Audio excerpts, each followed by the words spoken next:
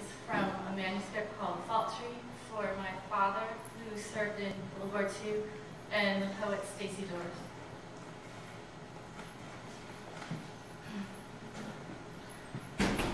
I've been asked to guard the very monument I resented building, then enslaved as now. I shall defend the symbols of my oppressors in order to feed my family. These are couplets, thus a love poem. My strife is a tourist attraction. The #1 only income-generating industry has been my oppression. A sensitive state to the needs of its people. In my dream, the man's face was distorted. He was bleeding gruesome gore splayed across the snow. The gore, the kind you see with substance, the dark red, meaty blood. The man needed me to help him, but he was the enemy, so I let him bleed to death in the snow. His eyes, knowing he was to die painfully then. He wanted me to kill him, but I wanted him to suffer, so I bled him in the snow. It was just over there, past that line of trees. The site is now part of my daily detail, my daily guarding of the plight of us. I see the same place I let someone die. Remember, I am a bitter, petty man. He would have done the same for me. This is in couplets, a love poem with blood and snow. An over-subtle register in opposition to a vote of confidence, the swing has swung, so to speak. You taped the to-be-executed eyes, back of the head clasped, laid it down on the floor beside his feet. He was about to be conducted, is what he was. Except the pacing was all wrong for death. We know it will not come until it comes, so he waited, as some people do. Ones of us more actively than others of us, but all to the same end, we are betrothed. That train line was never meant to go through town. The politicians have said one thing while padding another thing, as we all know. We waited on a politician's survival mechanism to engage, but so few are real animals that it was not a big surprise when it didn't. And the tracks were laid, and trains were running, and the town was divided. People who were family, people who were friends, people who hated each other, each had to resolve themselves with a different center, a place divided in half. Now twin-tracked nuclei. What is observed is not always what is perceived. This moment has false permanence. I fail in this moment. However, given that moment is resistance, encircled, never an utterance, a betweenness, an elemental. We too, color, echo, sleep, sounds out between lips, breathe, mid-rib where poison of muscle and veins stand off, yielding percussive, entombment, an instance of remembering, shaped in a circle, soft chalk serial numbers beneath the upturned dumpster's neckline, resembling graffiti, wheeled. To walk through a field and feel wind and feel sun is what some of us consider a well-lived living. How it goes not now is that fiscal effort, is more becoming a man in a suit, unencumbered, unenlisted. I had more than half my teeth, was over 5 feet tall and literate. I waited until I had graduated from high school before enlisting. Truth until December. I did not kill him, I let him die. The rapport between us a tombstone.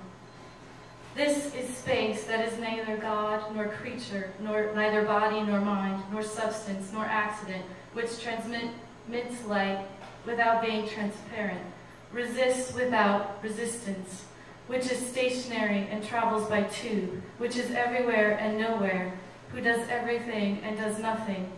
It is the admirable qualities of the empty space as an area, and it is and does wonders as empty, and it does nothing as an area. It is long, wide, and deep. As vacuum, it excludes the length, width, and depth. If necessary, I will show all these nice properties in consequence of the empty space, in shadows and in snows, one not defending the other and casting darkness. The geometry of the thing reached into the vaults, over the differing archives, languages, both idea, and the noises I made begat matter. Atoms accumulated from within, a perforation appearing, I, wrenched in pain, spoke words, each one dropping from my new hole with mass and sound. Soon the atoms of others' words fell, but no one saw. This happened in the future when I am alive. The words were elements, each atom making up the word was the word itself. So if one spewed of hate, one built hate.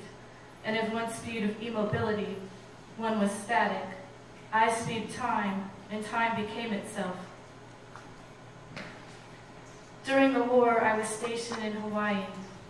I didn't see much of anything except water and sun, which gave me these freckles that would have to be burned off my face and back when I was in my 70s.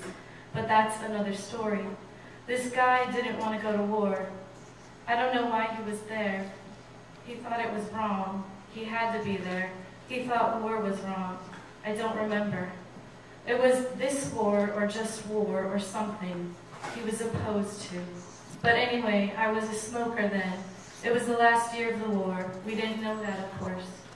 And I was 18 and in Hawaii with plenty of cigarettes and sun and this guy who didn't want to go to war, even though we were on an island, even though here we were at war.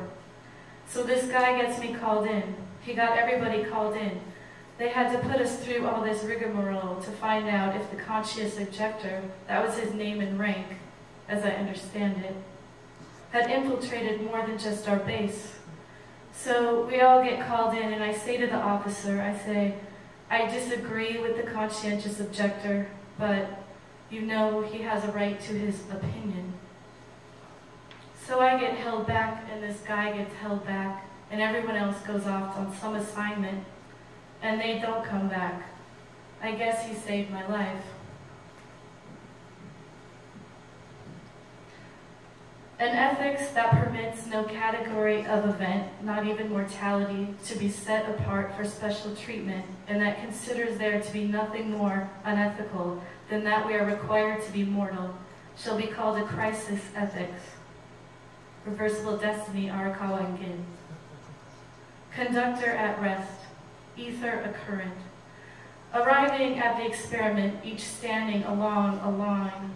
One time, we are all in agreement that this is fucked. So we assume quantity is what we will be getting. Physicians hand us pills, tiny pink ovals. Our fingers roll them onto our tongues before we even know to ask. A chart dangles. I didn't smoke cigarettes so much as drop them in the ocean. They were rationed to us. The government wanted us lit up so we could light up, which is important when you're being taught to kill, or having to think about killing, having been raised not to kill or think. This act of breathing is a felony without aid, each night dark, and we sleep like birds. We wake long enough to be treated in proper dosage by the hour. 95% of living is lived in quiet. It is hard to observe.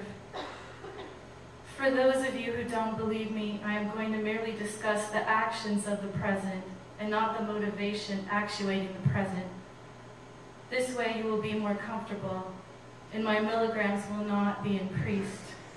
I will be able to think freely. The milligrams must content ourselves. When I said the word, I felt the word, coming out a little easier, words through the small perforations of my body. Many people are at the bottom of a thing, supporting the top, working against the natural laws of this place for progress. That's how it goes with skyscrapers and words. Before I realized it, what I said was before me. You probably wonder why it is so easy for you to believe this, or you should. A saying, monument of one, words became. Remember, we are organic. The reactant, the product, a compound. Resounded, space, particulate. Suffice it to say, each space was made a place of words, and each place was made a container of us. We made it this way. It is of words. If time is the position of hands, simultaneity's body is racked, an imperceptible equating of breath, and outside of words. The I entity so creates escape. Artifacts between us make space, echo, articulation, reflection, light, refraction, lesson. When asked, the present writer speaks silence, a synthetic permutation of erasure. When I was a child who was old enough to have a memory of things, I was fortunate in that life gave me so many things to remember at once. I remember the bars, my salesman father, the bread, the aprons, the dirt, the inability to make do, get by, meet ends, rub two dimes together, start anew, live to my potential. Since the war ended, I have been keeping to it with half a mind. I miss the days when folly was easily forgiven. I miss the days of containment. It is rank what the company did. There is no recompense, no aid to us, the aged ones. The company is entitled. We set specifics by encryption. Half solved, half public, half truths justify half measures. The company offered a percentage untaxed and in the future, or a percentage taxed and in the now. Time only matters in business. It is the one edge we have. If we can recall that time is actually what we make of it and not what they make us do. Thanks.